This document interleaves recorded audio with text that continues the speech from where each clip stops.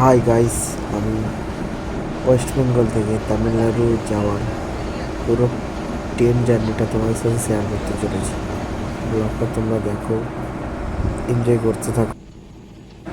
তো দেখো, রাতে যেকালে আমার ট্রেনটা ছিল, রাতে ট্রেনটা প্রায় 1টার সময় থেকে স্টার্ট হয়েছে। আমি সাঁতরাগাছি থেকে উঠেছিলাম, এখান থেকে যাবো টাটানগর। কিছু জিনিস দেখলে খুব খারাপ লাগে, যেমন দেখুন, কিছু পয়সার জন্য যিনি একটা পা নেই, তিনিও কষ্ট করে কীভাবে যাচ্ছে।